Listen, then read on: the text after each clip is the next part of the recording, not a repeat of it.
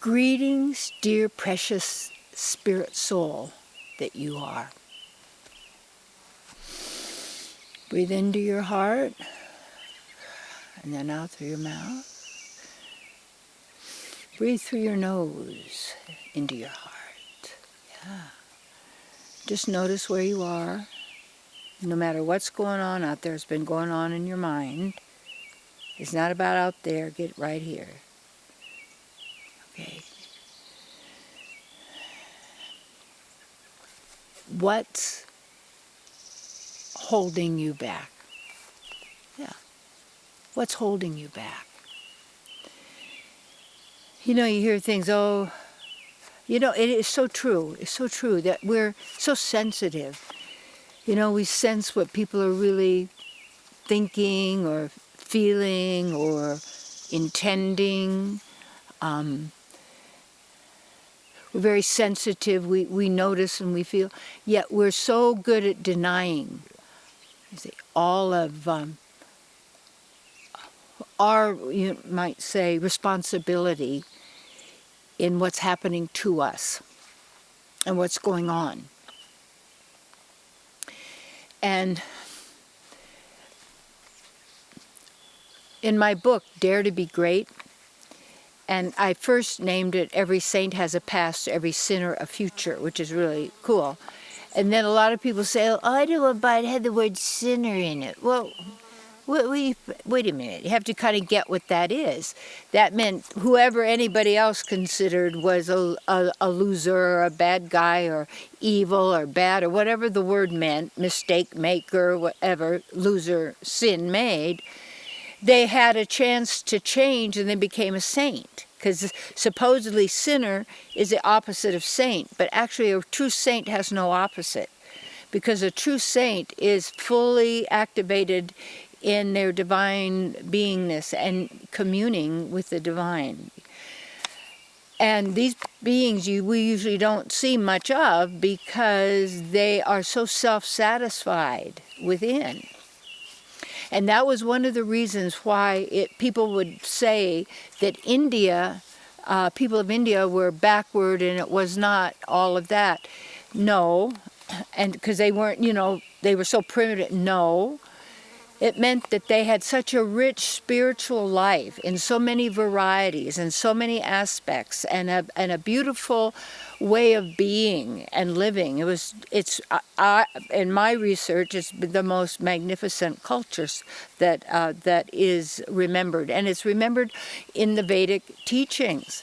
So anyway, in that wonderful sense of the wholeness of a person and teaching all of that when we take a look at why we're not being who we are, first of all, it's beliefs. Maybe it's these religious beliefs that you're not good enough or you're not whole or you're a sinner and then you're going to burn in hell forever because if you make this one mistake, it's worse than this and that and this and that and this.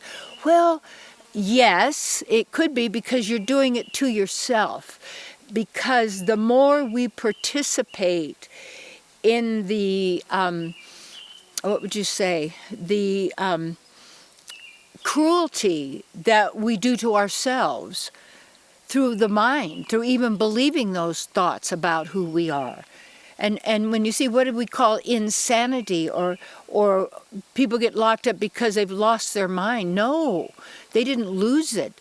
The mind took over completely and the person couldn't stop it because they had so given that the power. And I had a friend that this happened to. He just could not give up this past of what he had lost and what had done and what it could have been and who was to blame and on. And no matter what was done, he would not give that up, fixated on that. And it's an addiction. And I noticed also that his addiction was to watch television constantly. But there's all kinds of programming that goes on in that. There's all kinds of any media, whatever it may be. It's like if you're sitting there and absorbing it and allowing that, much could be going on. You see, that's why we need to be in a conscious state. And as we are in that conscious state, no one or nothing is holding us back, because we are acknowledging our connection, our unity with Source.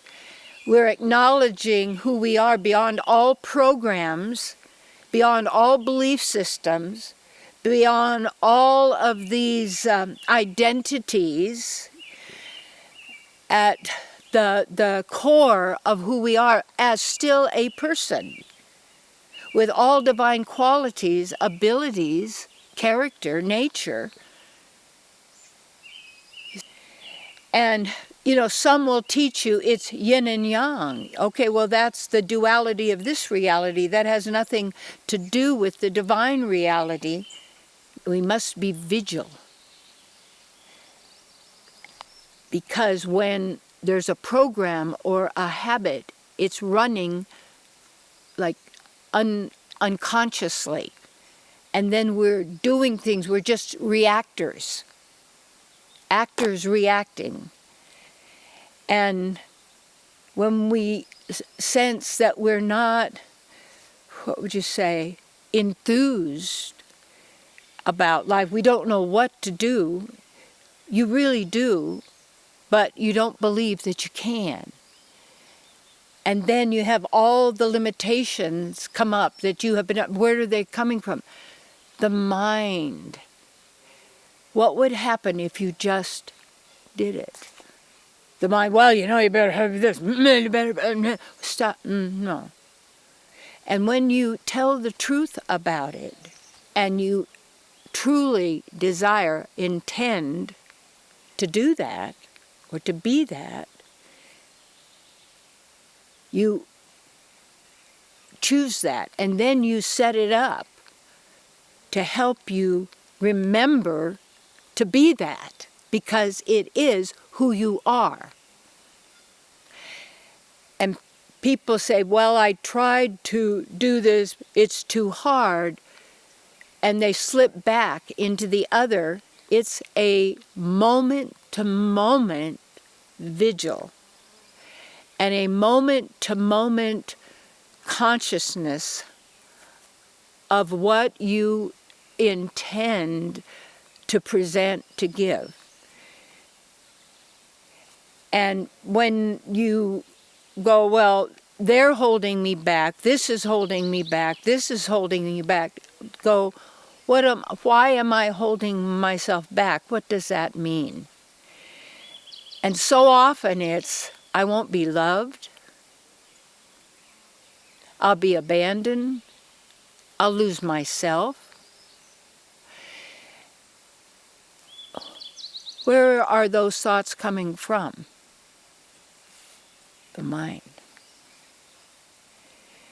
And when we are firmly in who we are, breathe into your heart through your nose, and as you exhale, let go, breathe again, be right where you are, get barefooted as much as possible, resonate back in nature. If you're in a place you can't, get plants around you or in your house.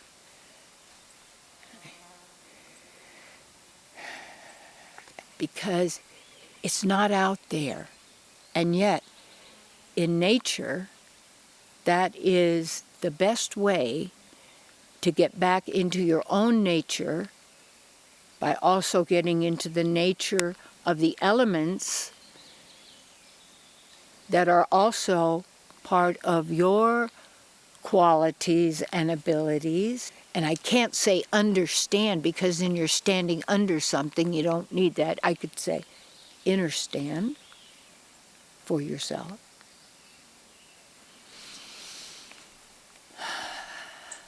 Good, huh?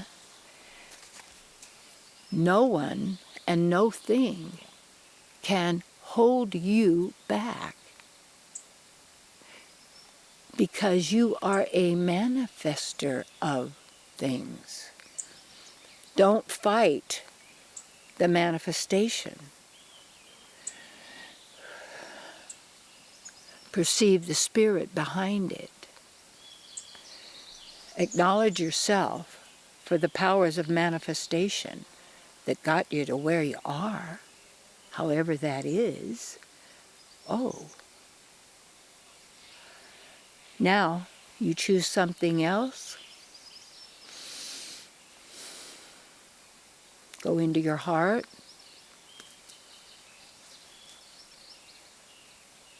It's about you liberating yourself.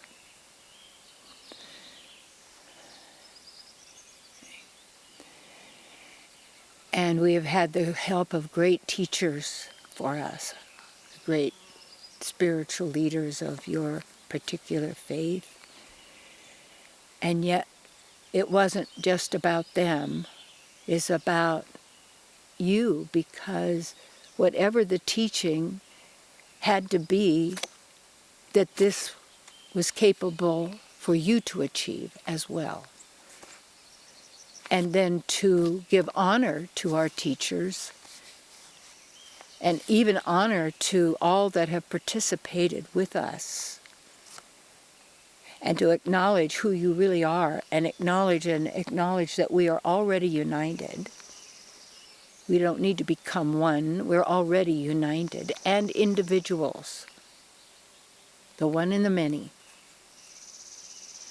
as one in many, inconceivably and simultaneously.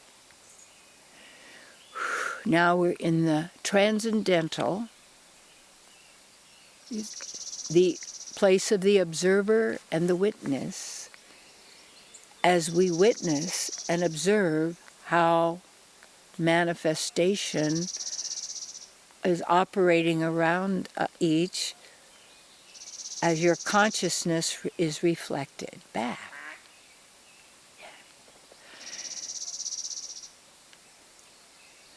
Yes. So you choose. Yes, you choose.